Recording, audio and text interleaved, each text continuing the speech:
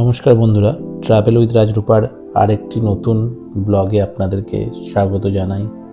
তো চলুন আজকে ঘুরে দেখব বীরভূমের বিখ্যাত ৫১ সতীপীঠের অন্যতম একটি সতীপীঠ ঋষি বক্রমুনির পুণ্যস্থান বক্রেশ্বর। দক্ষযজ্ঞের পর সতীহারা শিব পাগলের মতো ঘুরে বেড়ানোর সময় দেবীর তৃতীয় নয়ন এসে পড়ে এই ডিহি গ্রামে। এখানে দেবী পূজিত হন মহিষীমর্দিনী রূপে। দেখুন, বক্রেশ্বর তারাপীঠ থেকে ৬৩ কিলোমিটার ও বোলপুর থেকে ৫৬ কিলোমিটার দূরে অবস্থিত। তাই আপনারা যদি তারাপীঠ কিংবা বোলপুর শান্তিনিকেতন ঘুরতে আসেন, সেই সাথে খুব সহজেই এই জায়গাটা ঘুরে নিতে পারবেন। বক্রেশ্বরের ইতিহাসটা আমি আপনাদেরকে ছোট্ট করে একটু বলে দিই। অষ্টবক্রমুনির বাবার নাম ছিল কহরমুনি এবং ওনার মায়ের নাম ছিল সুজাতা দেবী। তো কহরমুনি তার স্ত্রীকে মাঝে মাঝে বেদ পাঠ করে শোনাতেন। তাই অষ্টবক্রমুনি তার জন্মের আগেই তিনি বেদ অনেকটাই শিখে ফেলেছিলেন তার মাতৃগর্ভে থাকার সময়। পরবর্তীকালে তিনি কোনো একটা সময় তার বাবার শাস্ত্র পাঠের ভুল ধরেন এবং তাতেই রুষ্ট হয়ে মুনি তার ছেলেকে অভিশাপ দেন এবং তিনি অষ্টবক্রা হন। অষ্টবক্রা মানে হলো ফিজিক্যালি চ্যালেঞ্জড। তো পরবর্তীকালে তারই নাম অনুযায়ী এই বক্রেশ্বরের নামকরণ করা হয়। মন্দির প্রাঙ্গণে প্রবেশ করার সঙ্গে সঙ্গে আপনারা এরকম লম্বা, সুন্দর, পরিষ্কার পরিচ্ছন্ন লম্বা একটা জায়গা দেখতে পাবেন, যেখানে ভক্তদের লাইন দিয়ে দাঁড়ানোর জন্য ব্যবস্থা করা আছে। তো আর এখানে দেখুন, প্রত্যেকটা জায়গায় এরকম সুন্দরভাবে একটা একটা করে ঘন্টা এখানে বাঁধা আছে। তো আপনারা এই লাইন দিয়ে আঁকাবাঁকা পুরো লাইন দিয়ে এসে আপনারা মূল মন্দিরের অংশটিতে প্রবেশ করতে পারবেন।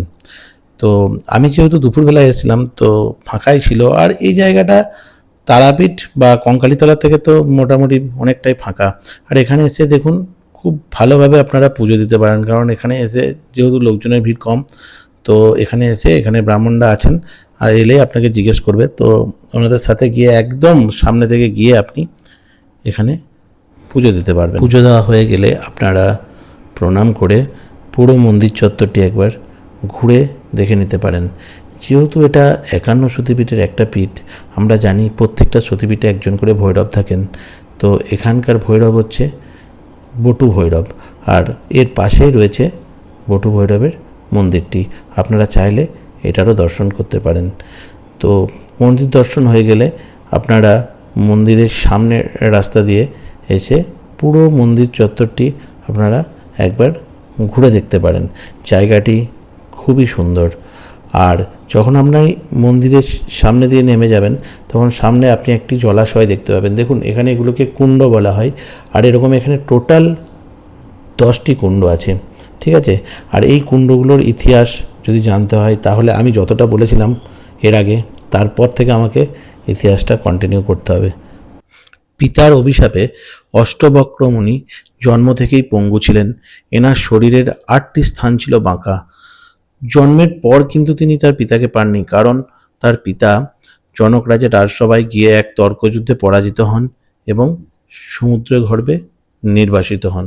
তারপর তো অষ্টবক্রমুনি যখন বড় হন এবং এই কথা জানতে পারেন, যখন তার বয়স 12 বছর বয়সে তিনি রাজসভায় যান এবং সমস্ত পণ্ডিতদেরকে হারিয়ে তিনি তার বাবাকে ফিরিয়ে নিয়ে আসেন। ছেলের পাণ্ডিত্যে মুগ্ধ হয়ে বাবা ছেলেকে জানান যে তুমি সমদম নদীর জলে স্নান করে এসো, তাহলে তোমার শরীরের এই পঙ্গু অংশগুলো ঠিক হয়ে যাবে। এরপর তিনি বাবাকে প্রণাম করে সমদম নদীর উদ্দেশ্যে খোঁজে বেরিয়ে পড়েন। সমদম মানে যে নদীর জল সমানভাবে প্রবাহিত হয়। সেই খোঁজে এই মহাজ্ঞানী মুনি বিভিন্ন জায়গা ঘুরে ঘুরে শেষ পর্যন্ত জঙ্গলের ভিতরে একটি ছোট্ট গ্রামে এসে উপস্থিত হন এবং সেখানে তিনি একটি শিবলিঙ্গ দেখতে পান এবং তার সামনে তিনি সাধনা করেন এবং পরবর্তীকালে সিদ্ধি লাভ করেন। সেই শিবের নির্দেশেই তিনি জঙ্গলের মধ্যে যান এবং 10টি কুণ্ডের সন্ধান করেন। আর এই 10টি কুণ্ডের মধ্যে তিনি লক্ষ্য করেছিলেন যে 9টি কুণ্ডের জল অনেকটাই গরম, আর একটা কুণ্ডের জল ছিল অপেক্ষাকৃত একটু ঠান্ডা। তারপর মুনি স্থির করেন যে তিনি ওই কুণ্ডের জলে স্নান করবেন। এই কুণ্ডই বর্তমানে পাপহারা গঙ্গা কুণ্ড নামে পরিচিত। তো এখানে মুনি স্নান করেন এবং তার শরীরের যে প্রতিবন্ধকতাগুলো ছিল সেই সমস্ত প্রতিবন্ধকতা দূর হয়ে যায়। তাই সেই থেকে আজও বক্রেশ্বরে যত পুণ্যার্থী আসেন তারা কিন্তু এখানে এসে এখানে স্নান করেন। কথিত আছে এখানে স্নান করলে অনেক রোগ থেকে মুক্তি পাওয়া যায়। আর এইভাবেই মুনি তার শারীরিক প্রতিবন্ধকতা থেকে মুক্তি পান। এবার শারীরিক প্রতিবন্ধকতা থেকে মুক্তি পাওয়ার পর মুনি এখানে তার সেই পূজিত শিবলিঙ্গটিকে এখানে প্রতিষ্ঠা করেন। আর তার প্রতিষ্ঠিত সেই শিবলিঙ্গটি আজকের দিনে বাবা বক্রেশ্বর নামে পরিচিত। আর তখন থেকেই এই জায়গাটির নাম হয় বক্রেশ্বর। এই মন্দিরটিও মূল মন্দির কমপ্লেক্সের মধ্যেই রয়েছে, তাই আপনারা খুব সহজে পায়ে হেঁটে একটু পাশে গিয়ে আপনারা অবশ্যই এই মন্দিরটির দর্শন করুন। আমি নিশ্চিত করে আপনাকে বলতে পারি যে এই জায়গাটির শান্ততা ও স্নিগ্ধতা ও পবিত্রতা আপনার মনকে ছুঁয়ে যাবে। বক্রেশ্বর কিন্তু শুধুমাত্র অষ্টবক্র মুনির জন্যেই বিখ্যাত নয়, এই জায়গাটি তন্ত্র সাধনার জন্যও অনেক বিখ্যাত। এখানে সময়ের ব্যবধানে বিভিন্ন সময়ে বিভিন্ন তন্ত্র সাধক এখানে এসে সিদ্ধি লাভ করেছেন। এছাড়াও এসেছিলেন নিত্যানন্দ মহাপ্রভুও একবার এখানে এসেছিলেন। তো আপনারা মূল মন্দির চত্বর থেকে বেরিয়ে এসে এখানে যে উষ্ণ প্রস্রবণটি রয়েছে সেখানে স্নানের জন্য এলে এখানে একটা বড় বটগাছ দেখতে পাবেন। আর এখানে পরপর 10টি কুণ্ড আছে। তো তার মধ্যে এই প্রথম কুণ্ড যেটা আমি আপনাদেরকে আগেই দেখিয়েছি, এটাতেই স্নান করা হয়। তবে দুটি আলাদা আলাদা পার্ট রয়েছে। পুরুষদের স্নান করার জন্য একটা আলাদা পার্ট রয়েছে এবং মহিলাদের স্নান করার জন্য আলাদা একটা পার্ট রয়েছে। এই জায়গায় জলের টেম্পারেচারটা তুলনামূলকভাবে একটু কম। আর এর পরপর যে কুণ্ডগুলো আছে, যত আপনি মন্দিরের দিকে যাবেন তখন দেখবেন ওই দিকের কুণ্ডগুলোতে টেম্পারেচার অনেক বেশি। আর এই জায়গাটাকে ঘিরে খুব সুন্দরভাবে সাজানো দেখতে পাচ্ছেন। এখানে যে শিল্পকলাগুলো এর দেয়ালে করা হয়েছে খুবই সুন্দর দেখতে। আর জায়গাটা অনেকটা ফাঁকা আর অনেকটা বড় পুরো জায়গা। বক্রেশ্বর আসার জন্য কিন্তু আপনার সবথেকে কাছের স্টেশন হবে দুবরাজপুর।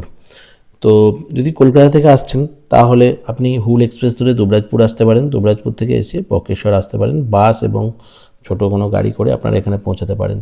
আর এখানে এমনি থাকার হোটেল খুব বেশি কিছু নেই, কয়েকটা ছোটো ছোটো হোটেল আছে, সেখানে এসে আপনারা থাকতে পারেন।